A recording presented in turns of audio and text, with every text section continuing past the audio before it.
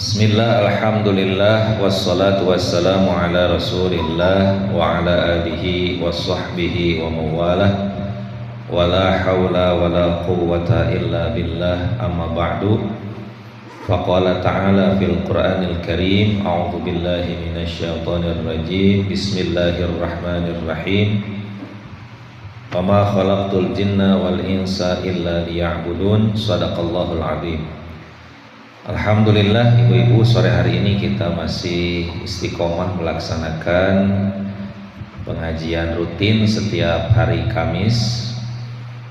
Mudah-mudahan Allah Subhanahu wa taala selalu memberikan anugerah kepada kita ilmu yang bermanfaat. Amin ya Allah ya rabbal alamin. Minggu yang lalu kita sudah menyampaikan rukun salat yang keempat, yaitu membaca suratul Fatihah, yang di dalam rukun membaca suratul Fatihah itu ada syarat-syaratnya. Syaratnya berapa Bu kemarin Bu? Ada 10 ya, bahkan ada 11. Ada 10 bahkan ada 11 di sini tambahannya. Yang pertama, tertib ayatnya harus berurutan, nggak boleh geclok ya. Yang kedua, membacanya harus terus-menerus ya, tidak boleh diputus. Kemudian menjaga huruf-hurufnya, huruf-hurufnya mana za gitu ya, harus dibedakan. Karena di dalam suratul Fatihah itu tidak ada huruf zai. Jumlah hurufnya kemarin berapa Bu? 138. Kemudian wa mura'atu tasydidatiha, yaitu menjaga tasydid yang ada di suratul Fatihah yang jumlahnya berapa? 14. Kemudian tidak boleh berhentinya lama ya, atau berhentinya sebentar tetapi tujuannya memutuskan bacaan. Kalau berhentinya lama tidak boleh ya, walaupun nggak bermaksud untuk memutuskan bacaan. Tapi kalau berhentinya sebentar bermaksud untuk memutuskan bacaan Fatihah, itu juga tidak sah baca Fatihahnya. Contohnya seperti apa? Kemarin misalnya ibu lagi baca Al-Quran, ihdinas siratal mustaqim, belum sampai selesai mustaqim ibu bersin, kemudian alhamdulillah, baca alhamdulillah. Batal nggak salatnya baca alhamdulillah? Nggak batal. Cuman jangan dibaca, jangan ada terusnya. Lupa, jangan itu, batal. Kalau alhamdulillah nggak apa-apa. Cuman ibu harus mengulangi bacaan Fatihahnya yang tadi diputus oleh membaca hamdalah karena bersin. Kemudian yang selanjutnya membaca seluruh ayatnya yang berjumlah 7 ayat. Di antara ayat tersebut adalah basmalah. Basmalah juga termasuk ayat suratul Fatihah. Jadi baca bismillahnya. Kemudian yang selanjutnya, yang ke-8, yaitu adamul lahni al-mukhilli bil makna, yaitu tidak boleh lisannya itu jadi, lidahnya itu jadi salah gitu, sehingga merubah terhadap makna. Mengucapkannya, melafalkannya tidak boleh menyalahi aturan sehingga merubah makna. Contoh misalnya seperti ini. Seperti ibu membaca harusnya an'amta, ibu membacanya an'amtu atau an'amti, itu langsung berubah drastis maknanya. Kalau an'amta itu yang engkau telah memberikan nikmat. Kalau membacanya an'amtu, yang saya telah memberi nikmat. Kalau an'amti, yang telah engkau perempuan, yang telah memberi nikmat engkau perempuan.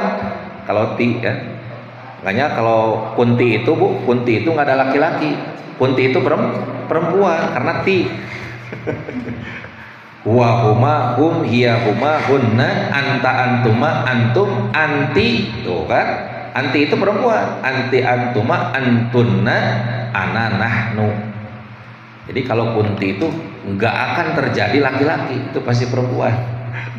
Nah, nggak boleh merubah an'amta jadi an'amtu jadi an'amti, karena itu jelas merubah makna, ya. Atau kazin ya seperti huruf zai, yaitu merubah apa, alladzina siratal ladzina, itu juga merubah makna. Gak boleh, ya. Maka di dalam ilmu fikih itu yang dikatakan ummi itu bukan tidak bisa membaca, tidak bisa menulis, bukan istilah dalam fikih itu. Siapa sih kategori orang yang disebut ummi? Ummi itu adalah man yukhillu harfan aw tasydidatan minal Fatihah. Aw tasdidan, ya. Aw tasdidatin minal Fatihah, atau tasdidan, ya. Yaitu orang yang keliru satu huruf atau satu tasdid dalam suratul Fatihah. Jadi yang dikatakan ummi di dalam fikih itu adalah orang yang menyalahi satu huruf atau satu tasdid di dalam suratul Fatihah. Maka kalau ibu berjamaah dengan seorang imam yang ada satu huruf yang keliru menurut ibu, maka ibu berjamaahnya tidak sah kepada imam tersebut, kecuali kelemahannya sama. Misalnya imamnya membacanya siratal lazina, ibu juga sama membacanya siratal lazina, berarti sederajat sama ibu. Tapi kalau ibu membaca siratal ladzina fasih benar, sedangkan imam membacanya bukan siratal ladzina tapi siratal lazina, maka itu bermakmum kepada imam yang seperti itu karena dia ummi, ya, menyalahi satu huruf atau satu tasdid di dalam Fatihah, maka berjamaahnya tidak sah. Itu nanti ada di dalam syarat berjamaah, ya.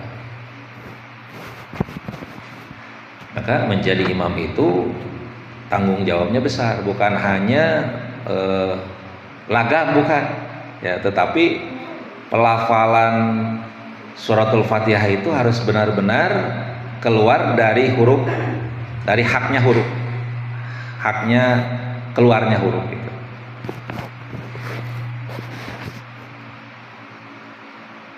Nah, itu ya, nggak boleh salah gitu ya, atau nggak boleh cadel lisan itu yang sehingga merubah terhadap makna. Kemudian yang kesembilan, ya, keadaan membacanya ketika berdiri, ya, di dalam sholat fardu. Udah jelas ya, kalau membaca Fatihah itu posisinya harus dalam posisi berdiri kalau di dalam sholat fardu. Karena berdiri itu apa, Bu?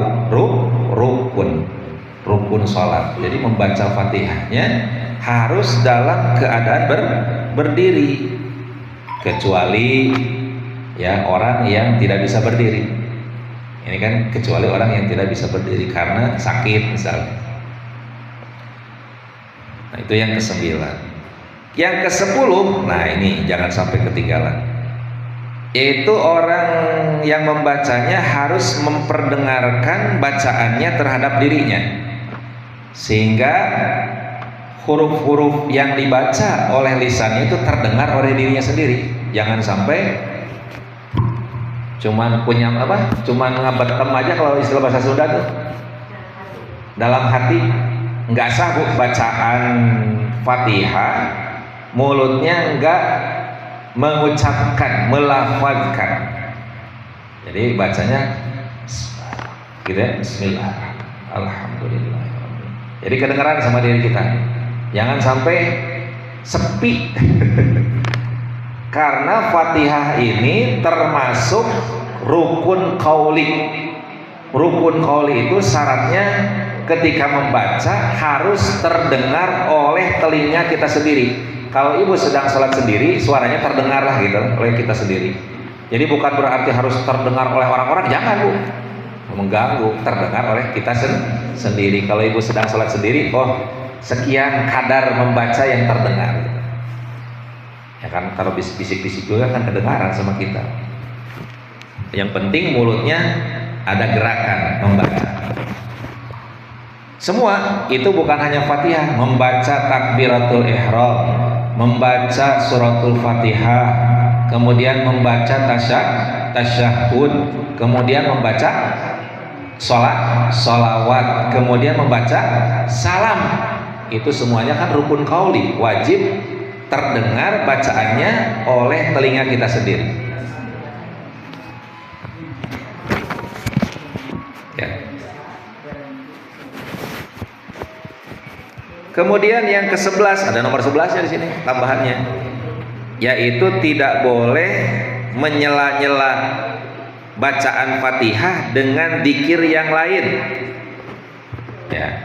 Tidak boleh menyela-nyela bacaan Fatihahnya dengan dzikir yang lain. Ya, berbeda dengan sesuatu yang ada kaitannya dengan Fatihah. Apa coba yang berkaitan dengan Fatihah? Apa Bu yang berkaitan dengan Fatihah? Yaitu membaca amin.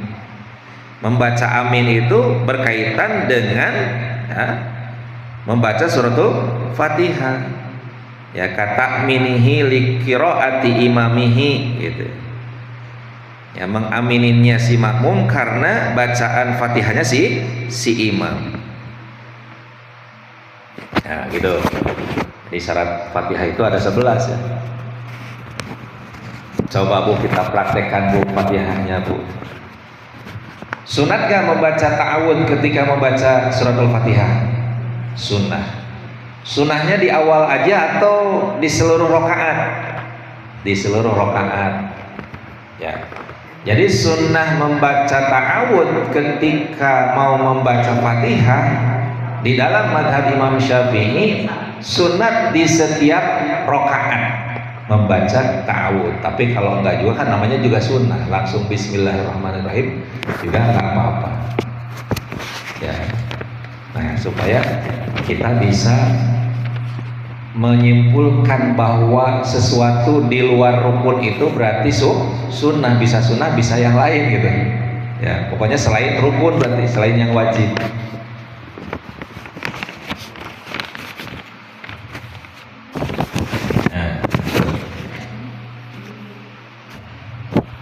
Nah, biar cepat ya. Kemudian al-khamisu, yang kelima, rukun salat itu adalah ar-ruku'u, yaitu ruku. Ruku itu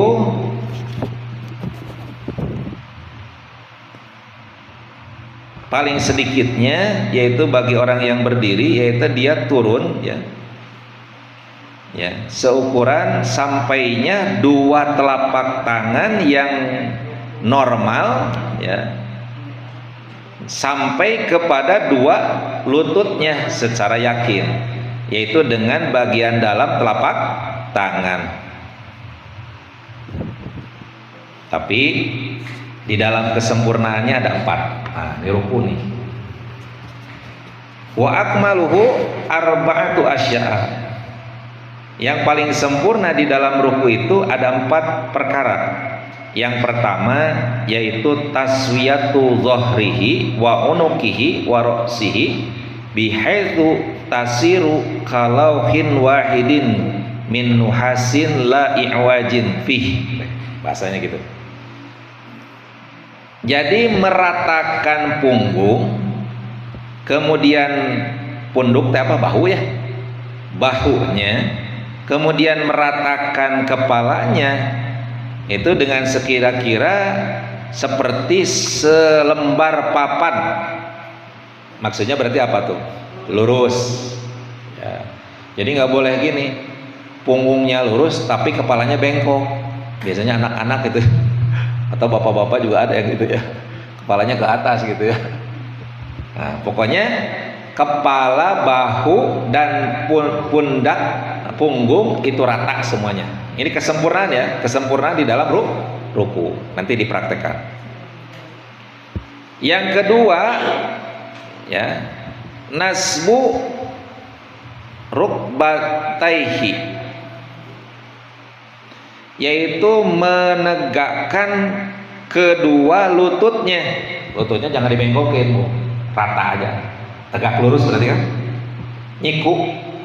Kena nyiku. Jadi menegakkan kedua lututnya. Jadi jangan dibengkokin lututnya, ditegakin lututnya, diluruskan. Yang ketiga, kesempurnaan di dalam ruku yaitu qabdahuma, menggenggam. Ya. Menggenggam kedua lututnya bi kafaihi, yaitu dengan kedua telapak tangannya. Tapi awas, nanti prakteknya menggenggam itu bukan menggenggam seperti memegang jambu, bukan memegang seperti memegang jambu, bukan, tapi nanti ada caranya. Yang keempat, kesempurnaan di dalam melaksanakan ruku itu yaitu tafriqu asabi'ihi lil kiblati tafriqon wasaton, yaitu merenggangkan jari-jari tangannya orang tersebut ke arah kiblat dengan merenggangkan secara biasa-biasa aja, sedang. Nih, Bu. Nah, ruku itu ini Bu.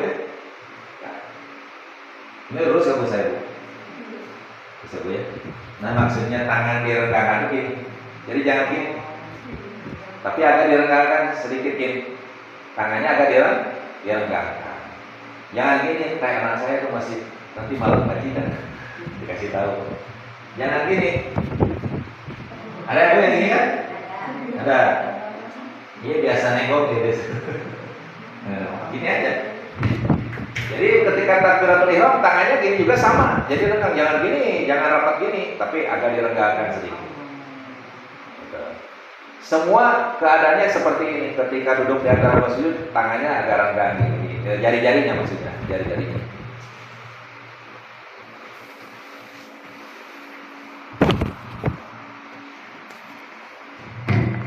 Jadi membukanya wasaton, makanya disebut wasaton itu artinya pertengahan, sedang-sedang aja, jangan terlalu renggang, jangan terlalu rapat, jadi sedang-sedang. Makanya disebut wasit ya, wasit itu kan penengah, jadi tengah-tengah, di tengah-tengah posisi jari-jarinya.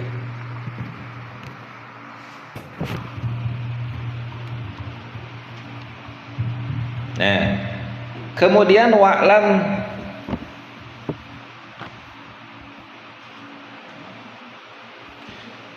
ketahuilah olehmu annahu sesungguhnya perbuatan keadaan yajibu wajib katanya fir ruku'i di dalam ruku itu alla yaksuda bihi ghairuhu, nggak boleh ketika kita turun dari posisi berdiri menuju ruku itu tujuannya bukan untuk ruku.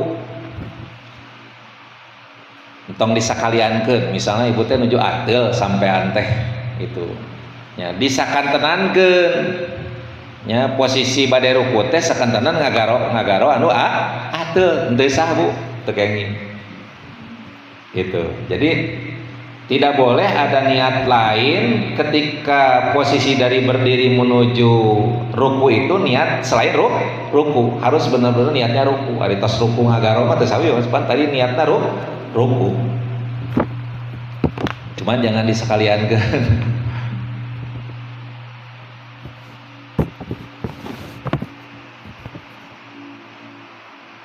Kemudian wa yusanu katanya ayyakula fihi subhana rabbiyal azim wa bihamdi. Kemudian disunahkan membaca di dalam ruku itu subhana rabbiyal azim wa bihamdi.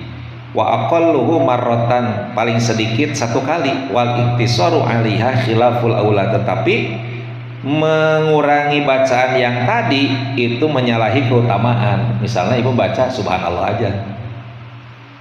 Ya. Bukan berarti nggak sah sholatnya, tetapi nggak kurang utama ya. Jadi paling sedikit berapa? Satu kali, tidak boleh menguranginya. Kalau mengurangi dari subhana rabbiyal a'la atau subhana rabbiyal azim wa bihamdi, nah mengurangi bacaan dari itu, maka itu menyalahi keutamaan. Wa ya'til imamu bisalasi, kemudian imam itu mendatangkan dengan sebanyak 3 kali walaupun makmumnya tidak ridho. Ya. Batas ridho atau tidak makmum itu lebih di atas dari 3. Jadi kalau 3 itu makmum itu ridho atau tidak harus nerima bacaan tasbih imam itu sebanyak 3 kali. Berbeda kalau membacanya lebih dari 3, itu harus minta ridho dulu ke makmumnya. Maaf bapak-bapak, ibu-ibu, untuk sholat maghrib kali ini kita baca tasbih di dalam ruku dan sujudnya 11 kali. Gimana ibu-ibu, ridho? Ridho katanya.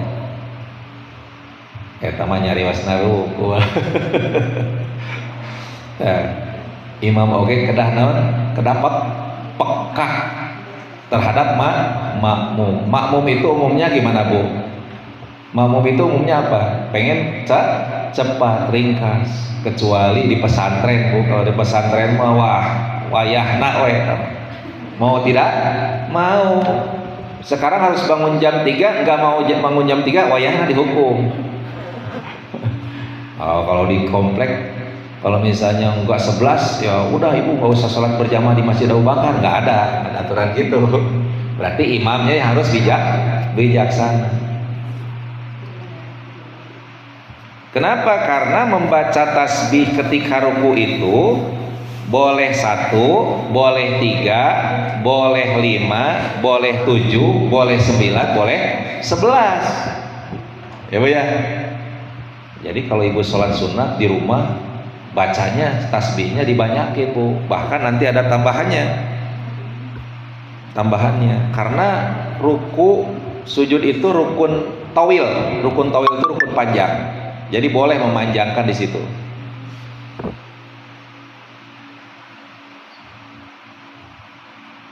Ya, nggak boleh lebih dari 11, kecuali tidak boleh lebih dari 11 karena itu paling panjang. Nah, kalau makmumnya ridho, nggak komplain, setelah membaca tasbih 3 kali, kemudian membaca doa gini. Ini mah udah jarang dibaca. Dan saya juga nggak apa. Allahumma laka roka'tu wa bika amantu wa laka aslamtu khosya'a laka sam'i wa basari wa mukhi wa udmi wa asabi wa sya'ri wa bashari wa mastaqaltu bihi qadamai lillahi rabbil alamin. Nah, daripada ibu membaca 11 kali tasbih, lebih baik baca 3 kali tasbih tambah doa ini Bu, katanya. Itu Allahumma laka roka'tu wa bika amantu wa laka aslamtu khosya'a laka sam'i wa basari wa mukhi wa udmi wa asabi wa sya'ri wa bashari wa mastaqaltu bihi qadami lillahi rabbil alamin. Artinya apa Bu? Allahumma ya Allah, laka untukmu, karenamu roka'tu aku ruku, wabika dan untukmu amantu aku beriman, walaka aslamtu dan karenamu aku berserah diri, khosya'a telah khusyuk laka kepadamu, sam'i tunduk telah tunduk kepadamu, sam'i telingaku, wabasori dan mataku, wa mukhi dan sumsumku, wa uzmi dan tulangku, wa asobi dan urat-urat atau otot-ototku, wa sya'ri dan rambutku, wa basyari dan kulitku, wa mastaqaltu dan telah menyendiri aku bihi dengan sesuatu tersebut, kodami.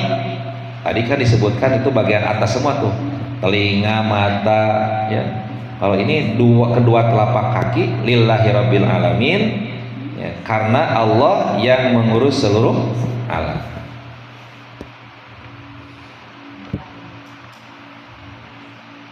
Maka katanya gini, jadi mendatangkan tasbih sebanyak 3 kali disertai dengan doa ini yang barusan itu lebih utama dibandingkan dengan menambah jumlah tasbih tadi yang saya sebutkan itu.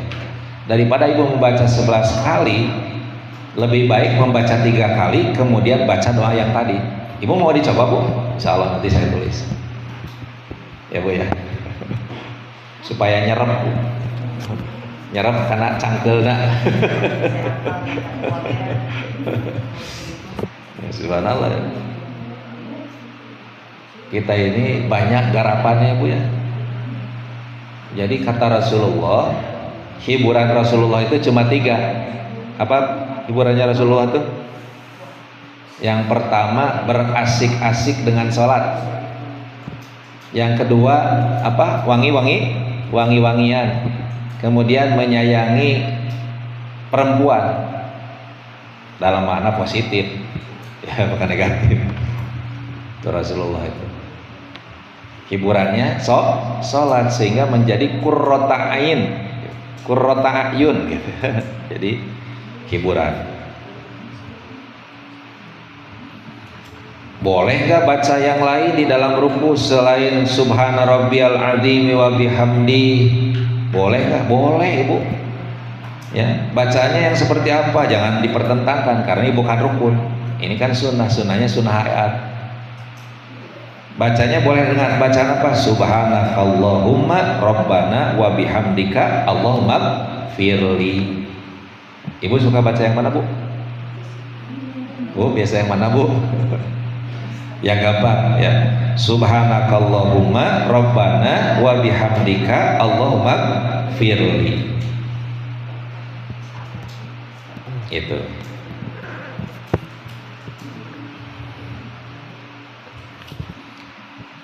Kemudian rukun sholat yang selanjutnya yaitu tumanina di dalam ruku. Nah ruku itu namanya tumanina ya itu tadi diam, tenang, ya, nggak bergerak sambil membaca tasbih, itu namanya tumanina.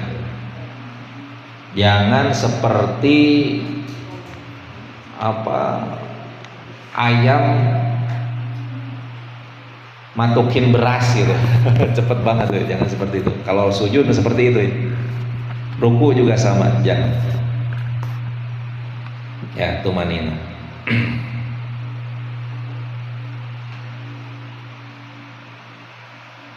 Nah, kemudian katanya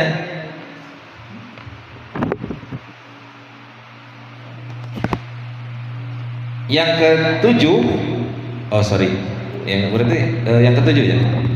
Rukun sholat yang ketujuh itu adalah i'tidal. I'tidal itu berdiri setelah melaksanakan ruku. Kemudian sunnah membaca apa Bu? Sami Allahu liman hamidah. Nah, sunnah nggak Bu bagi makmum membaca Sami Allah liman hamidah? Sunnah nggak Bu membaca Sami Allah liman hamidah? Sunnah tetap. Kenapa katanya di tempat yang lain langsung begitu imam membaca Sami Allahu liman hamidah langsung membaca Rabbana lakal hamd?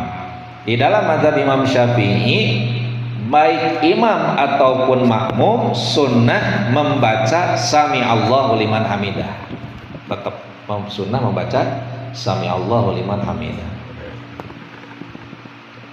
Nah, kemudian yaitu membaca apa? Rabbana lakal hamdu mil'us samawati wa mil'ul ardi wa mil'u ma syi'ta min syai'im ba'du. Boleh ditambahin yaitu hamdan katsiran mubarakan fih. Boleh. Tapi tidak boleh membaca doa ketika i'tidal dengan bacaan yang melebihi bacaan tasyahud durasi waktunya. Kenapa? Karena i'tidal itu adalah rukun pendek. Rukun pendek itu tidak boleh dipanjangkan kecuali ada hal-hal tertentu. Boleh dipanjangkan ketika apa? Ketika membaca kunut. Bahkan kalau di Arab itu ya membaca kunut itu sampai lama banget ya, nggak beres-beres. Nah kalau sengaja kita memanjangkan i'tidal ya dengan bacaan-bacaan yang tidak disyariatkan dibaca ketika i'tidal, maka memanjangkan rukun yang pendek itu akan membatalkan sholat. Ya, memanjangkan rukun pendek di dalam sholat itu membatalkan sholat, seperti ibu memanjangkan bacaan ketika duduk di antara dua sujud. Itu juga kan termasuk rukun pendek, rukun qasir namanya, rukun pendek. Gak boleh dipanjangin. Rukun qasir itu tidak boleh dipanjangkan, dipanjangin.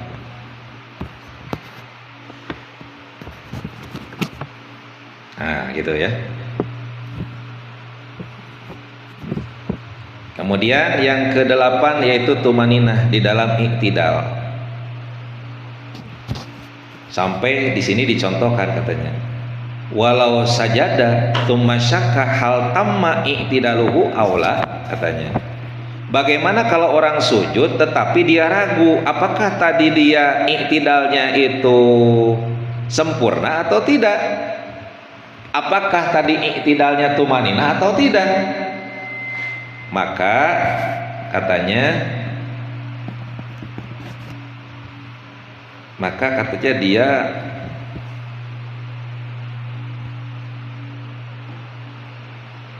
mengulangi lagi mengulangi i'tidalnya supaya dia tumanina.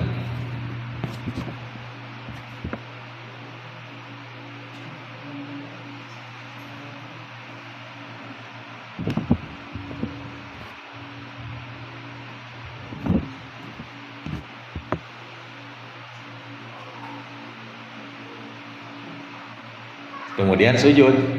Tadi kan keburu sujud, tapi dia tadi i'tidalnya tidak tumaninah, maka dia kembali i'tidal yang betul, yang tumaninah, kemudian sujud, baru itu sempurna i'tidal.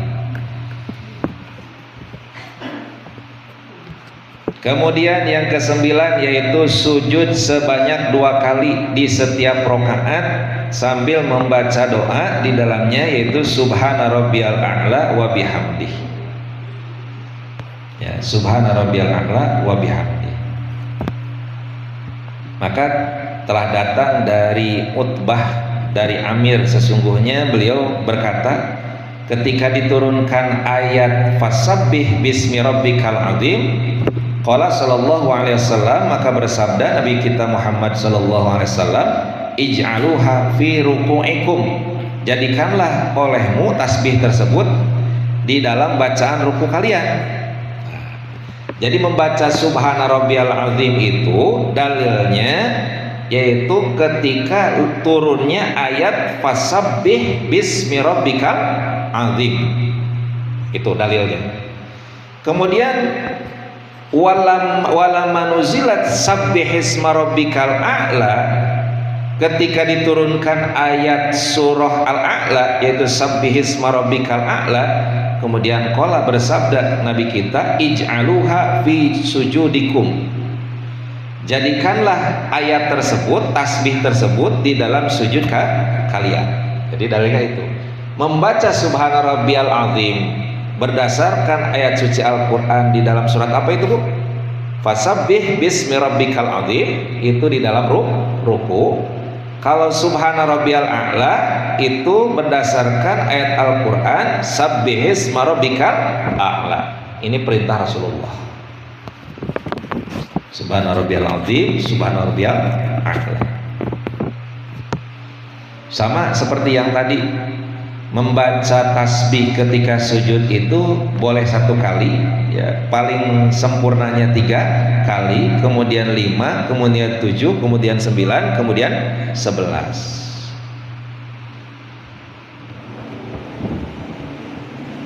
Sama kejadiannya dengan yang tadi, ditambahin doa Allahumma laka sajadtu wa bika amantu wa laka aslamtu sajada wajhi lilladzi khalaqahu wa sawwarahu wa syaqqa sam'ahu wa basarahu, ditambahin bihaulihi wa quwwatihi tabarakallahu ahsanul khaliqin. Bahkan disunahkan memperbanyak doa ketika sujud karena ada hadis. Kalau ibu sedang sholat sendiri banyakin doa, tapi jangan pakai bahasa Indonesia. Asik Bu ya. Dan pakai bahasa Indonesia. Ibu, doa yang paling berharga, yang paling penting apa Ibu? Doa apa tuh? Yang paling Ibu cita-citakan, semua orang umumnya diinginkan apa Bu? Bahagia dunia akhirat. Berarti doanya apa Bu? Soal doa sapu jagat gitu aja.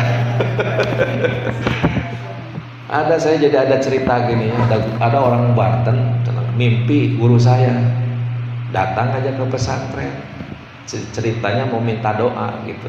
Benar ketemu sama guru saya itu, dikasih doa. Ijazahnya apa? Doa Rabbana atina fid dunya hasanah. Benar aja. Beliau mungkin bergumam gitu di dalam hatinya, doa gini mah doa umum, bukan doa khusus. Doa ini mah udah biasa. Tong lalawora itu teh doa sapu jagat. Ibu teh semuanya di situ ada. Kebahagiaan dunia, kebahagiaan akhirat, semuanya orang pengen. Nanti ada 10 Bu. 5 di dunia, 5 di akhirat itu seperti apa? Ada itu nanti bahasanya. Semua ada di situ. Di dunia itu apa diantaranya? Istri yang soleh. Kemudian apa? Rizki yang halal. Kemudian apa lagi? Ilmu yang bermanfaat. Kemudian apa lagi?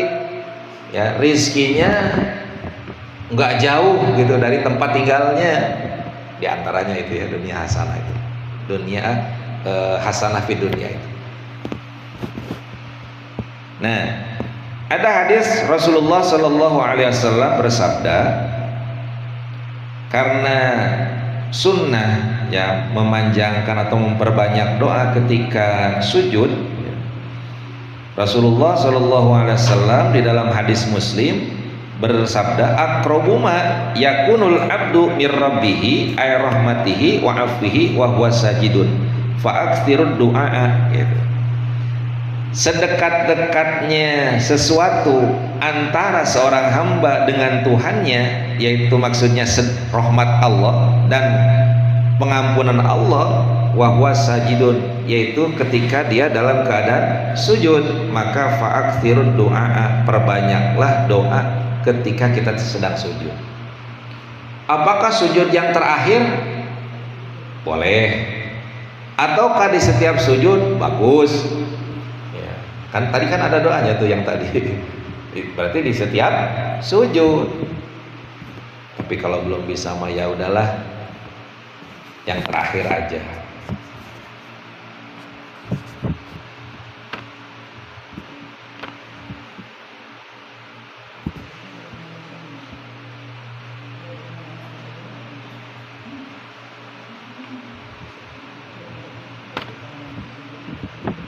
Bahkan Rasulullah nih yang dibaca nih, katanya kan tadi sunnah memperbanyak doa. Ini doanya yang dibaca oleh Rasulullah ketika sujud.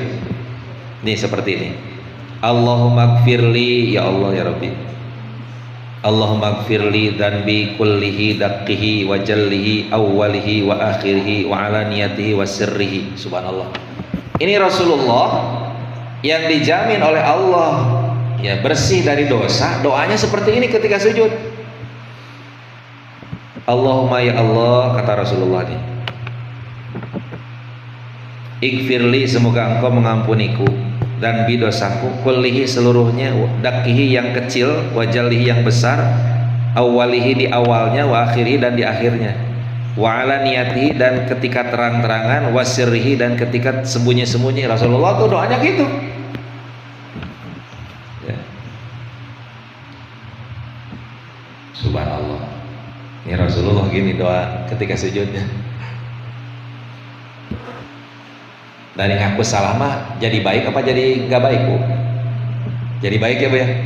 Kalau orang ngaku salah, insya Allah hasilnya bakal baik. Tapi kalau ngaku benar, hasilnya nggak akan benar, jadi salah. Coba kalau ibu ada konflik dengan seseorang, ya, dua-duanya merasa benar, itu jadi salah dua-duanya. Tapi kalau dua-duanya merasa salah, saya yang salah, bukan ibu, saya yang salah, benar, jadi dua-duanya jadi beres gitu. Nah, kalau mengaku salah itu jadi benar.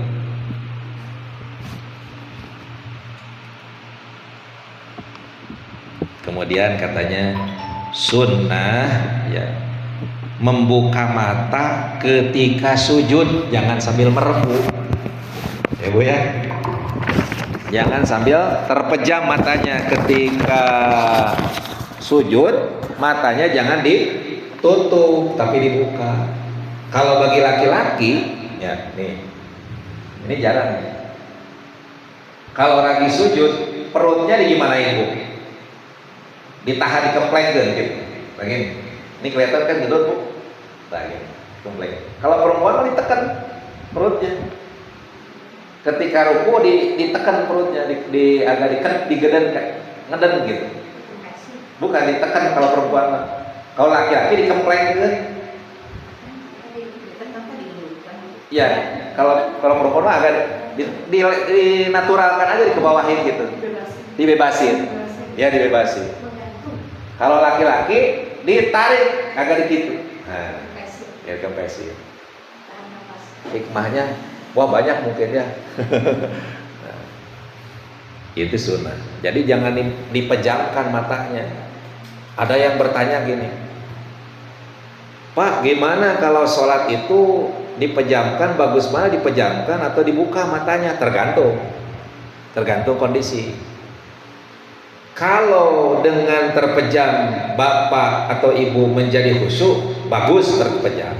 Tapi kalau dengan terbuka mata atau terpejam sama-sama nggak khusyuk, mending dibuka. Ya bisikan terusan, terus bobo. Gitu ya. Seperti gini Bu. Kalau kita punya istri, nusuz, tahu nusuz Bu? Nusuz itu sudah tidak taat kepada suami, sudah dilakukan berbagai macam step-step yang dicontohkan di dalam Al-Quran, nggak mempan. Boleh memukul, boleh, tapi yang tidak melukai.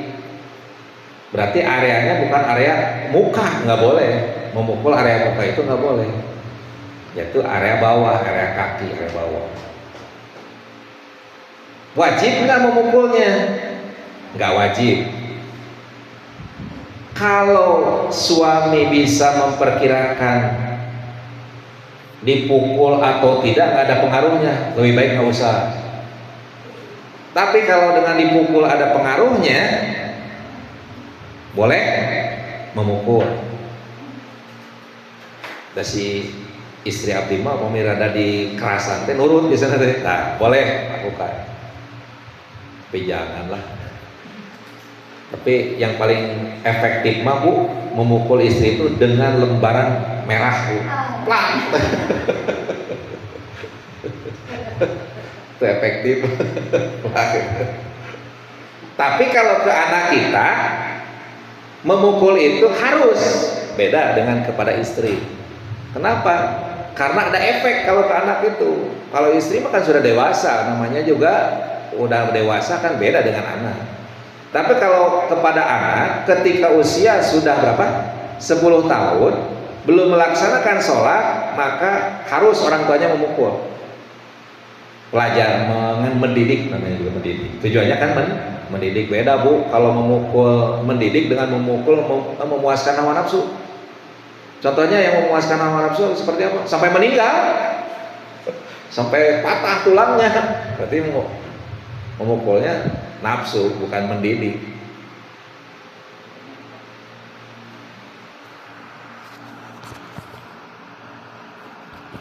Nah gitu ya. Nah kemudian yang diperhatikan, perlu diperhatikan, bagaimana sih sujud yang benar? Syarat sujud itu ada 7. Pertama, sujudnya harus dengan 7 anggota. Syarat sujud yang pertama, sujudnya harus dengan 7 anggota. Anggotanya mana saja? Yang pertama, jidat, 1 jidat ya. Yang kedua, kedua tangan, 2 telapak tangan. Berarti berapa itu? 3 ya? 3. Yang keempat dan kelima adalah lutut, kedua lutut. Berarti berapa tuh? Kelima ya? Keempat dan kelima. Kemudian ujung-ujung jari kedua telapak tangan kaki. Kedua telapak kaki 7 berarti itu. Berarti hidung itu nggak termasuk anggota sujud. Nggak wajib menempelkan hidung ke tempat sujud. Ya kalau hidungnya mancung, mengek, kumaha. Sekarang ini kejadiannya Bu, jidatnya nong, hidungnya mengek. Hayo we kudu nampel hidungnya teh kena tempat sujud. Wah kasihan. Ibu membayangkannya, jangan membayangkan orang bule Bu, jangan.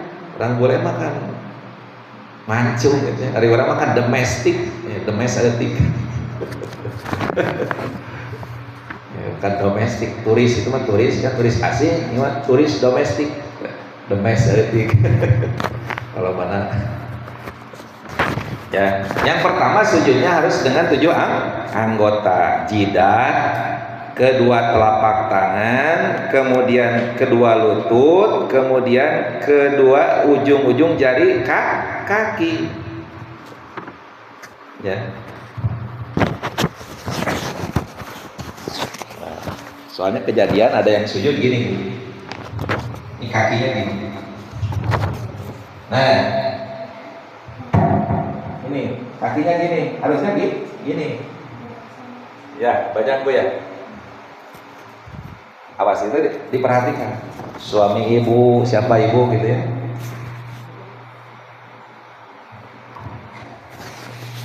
Wah, belajar fikih kok ruwet ya.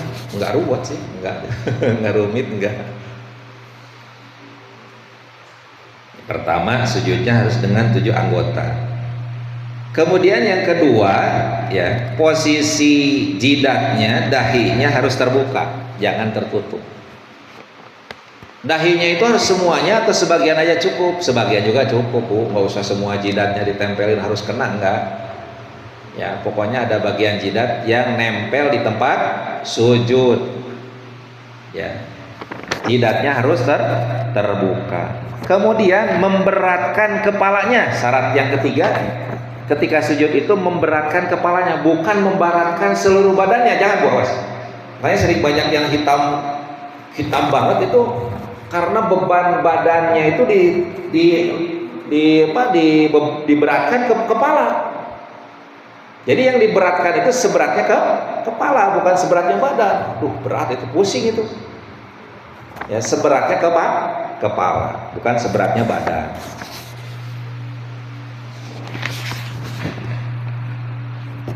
Kemudian yang keempat, syarat sujud yang keempat, tidak boleh turun untuk melaksanakan sujud kepada selain sujud, seperti yang tadi. Karena ngantuk yang berat, udah langsung sujud gitu ya. Jadi tujuannya turun ke bawah itu memang benar-benar mau melaksanakan sujud. Kemudian, nah ini penting. Yang keberapa? Yang kelima, tidak boleh sujud terhadap sesuatu yang bergerak ketika kita bergerak. Ya. Yang kelima apa? Tidak boleh sujud terhadap sesuatu yang bergerak, sesuatu tersebut ketika kita bergerak. Misal, saya ini pakai sorban, gitu ya. Ini kan bergerak nih, kalau saya bergerak ini pasti bergerak, ini bergerak. Nah ini kalau saya gini sujud Bu, nih, ini nempel ke sini. Nah ini saya sujud di bedak yang bergerak ketika saya bergerak. Ini saya sujud di sini. Nggak sambung. Pokoknya sama. Iya. Jangan Ibu, jangan sujud di sesuatu yang bergerak, sesuatu tersebut karena kita bergerak. Ini kan bergerak. Baju Ibu kan bergerak naik turun kan. Nah, jangan sujud di tempat itu.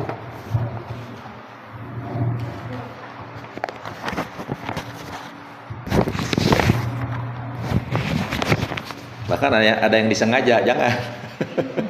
Begitu kan. Jangan ya.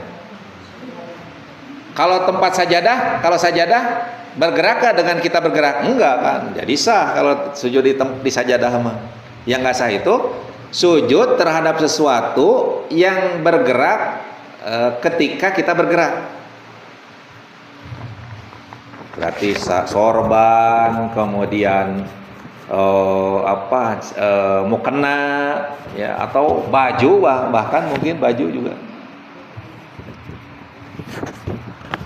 Nah, kemudian syarat yang ketujuh ya, yang keenam, yaitu meninggikan bagian yang bawah ya, kemudian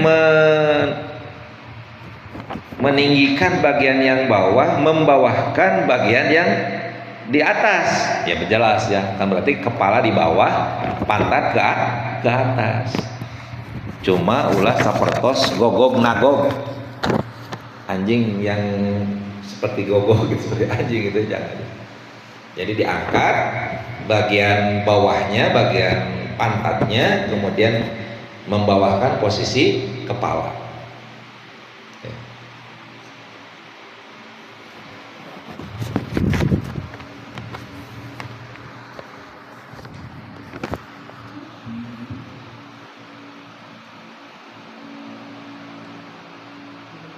Nah, kalau ibu-ibu bedanya dengan laki-laki apa, Bu, ketika sujud? Tapi bukan rukun ya, bukan wajib ya. Kalau ibu-ibu kan rapat tangannya. Ya, Bu ya, agak rapat kan posisinya. Kalau bapak-bapak jangan dirapetin, nanti kayak ibu-ibu. Bapak-bapak mah ya selebarnya badan aja. Selebarnya badan aja gini. Nah, gini. Ini juga sama posisinya, dibuka sedikit gini, jangan begini. Sama aja selebar badan, jangan gini. Ini ngabisin tempat orang. Nah gini, biasa aja nih. Jangan terlalu belakang gini, jangan. Gini.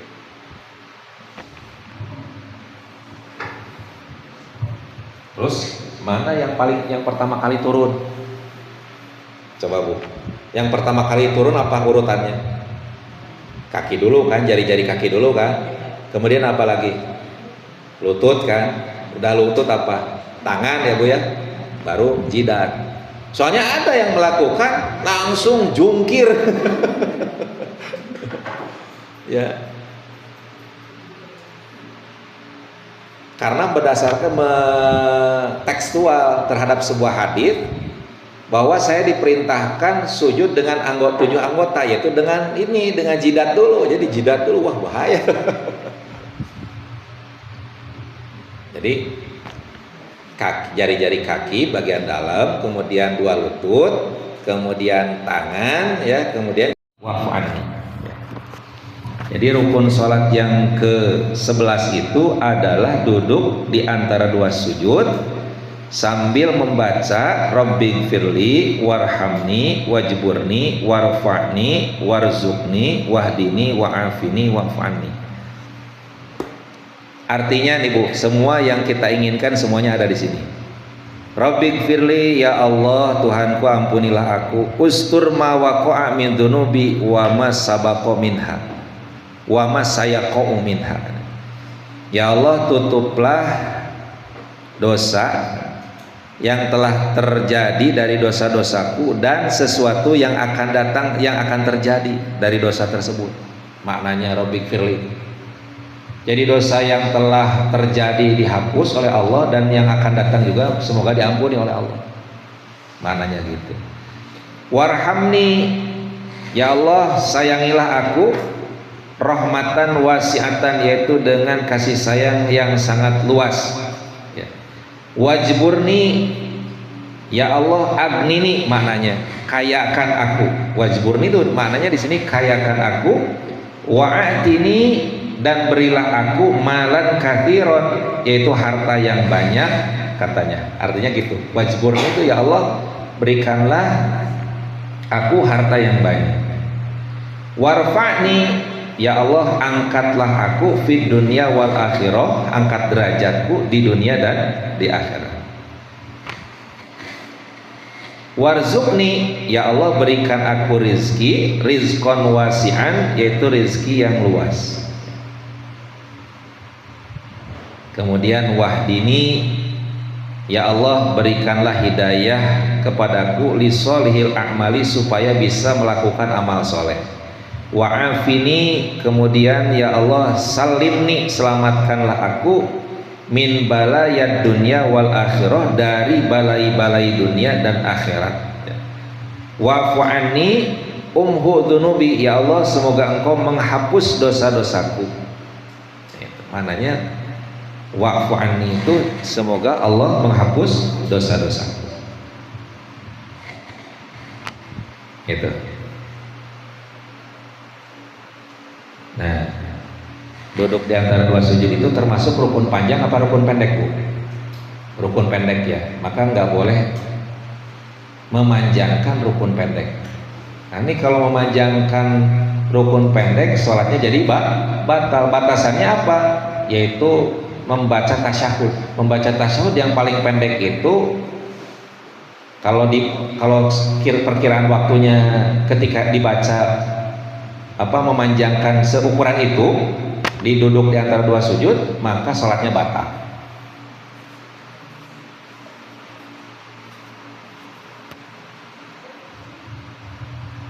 Kemudian at-tsalitsa asyara at-tasyahhudul akhiru.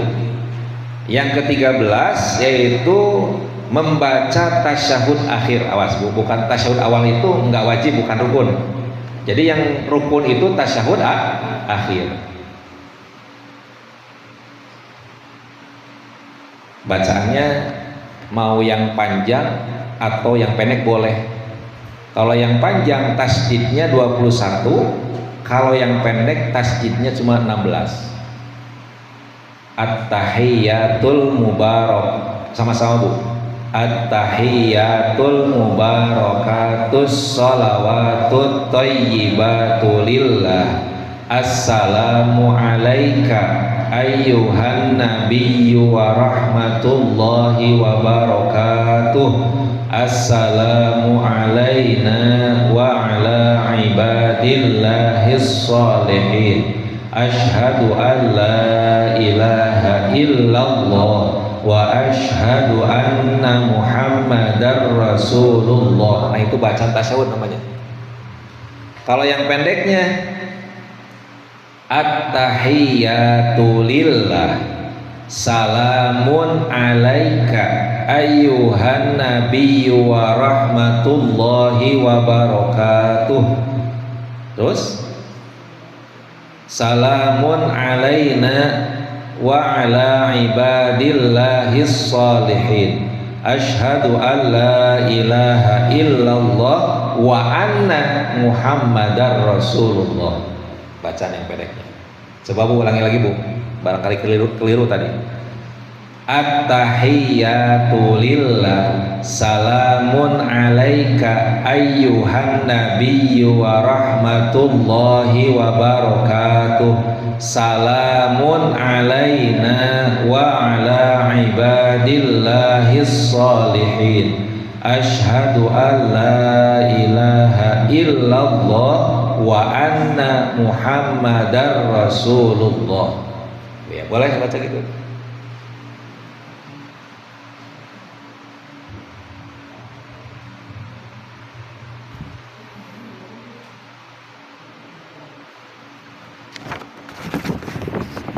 Kemudian yang ke-14 yaitu duduk di tasyahud akhir. Duduk di tasyahud akhir itu yang lebih utama duduknya dengan cara apa Bu? Duduk di tasyahud akhir itu yang paling utama duduknya duduk apa? Duduk tawarruk. Ya, duduk tawarruk. Sesuai dengan namanya, tawarruk itu artinya pantat. Pantat yang dipakai bantalan duduk. Kalau duduk tasyahud awal namanya iftirosh.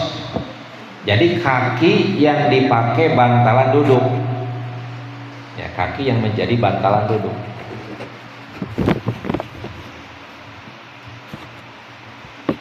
Nah, duduk ketika tasyahud akhir. Kalau duduk tasyahud awal rukun bukan Bu? Duduk tasyahud awal rukun bukan? Bukan. Jadi kalau tertinggal atau lupa atau memang sengaja meninggalkan tasyahud awal, sholatnya tetap sah. Tetapi dia meninggalkan sunat ab'ad yang ketika ditinggalkan sunnah melaksanakan sujud sahwi sebelum salam. Kemudian yang ke-15 yaitu membaca sholawat kepada Nabi Muhammad Sallallahu Alaihi Wasallam. Ya. Yang paling sempurna yaitu membaca sholawat Ibrahimiyah yang biasa kita baca. Membaca sholawatnya yang paling utama yaitu membaca sholawat Ibrahimiyah. Bagaimana kalau membacanya seperti ini? Ya, gimana bacanya? Allahumma sholli ala Muhammad wa alihi. Boleh gitu? Boleh. Assalamualaikum warahmatullahi wabarakatuh. Assalamualaikum warahmatullahi wabarakatuh. Kita kalau salat sunat suka gitu. Allahumma sholli ala Sayyidina Muhammad wa ala ali Sayyidina Muhammad. Assalamualaikum warahmatullahi wabarakatuh. Jangan ditamatin, Bu. Nggak kekejar. Kalau berjamaah misalnya sholat tarawih yang imamnya ngebut, udah cari yang fardunya aja, yang wajibnya. Allahumma sholli ala Muhammad wa ali Muhammad wa ala ali Muhammad. Gitu. Nah, nanti sholat tarawih juga harus ada panduan supaya jangan sampai karena tidak mengerti jadi sholatnya tidak sah. Ya.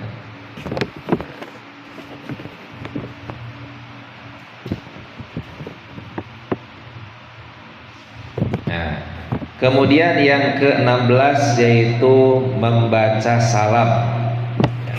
Membaca salam yang mana? Yang pertama, membaca salam yang pertama itu hukumnya wajib karena dia rukun membaca salam itu. Jadi dengan bacaan salamnya yaitu dengan membaca Assalamualaikum warahmatullah. Nggak boleh dengan bahasa yang lain. Misalnya salamun alaikum, nggak pakai alif lam, nggak pakai assalamualaikum. Di sini ada 10 syaratnya salam, panjang. Ibu udah pengen pulang aku. Salam nanti minggu depan saya udah ada rangkuman tentang Ramadan ya. Nanti insya Allah difotokopi, dibagikan. Wa'afu minkum wallahu a'lam bishawab. Assalamualaikum warahmatullahi wabarakatuh.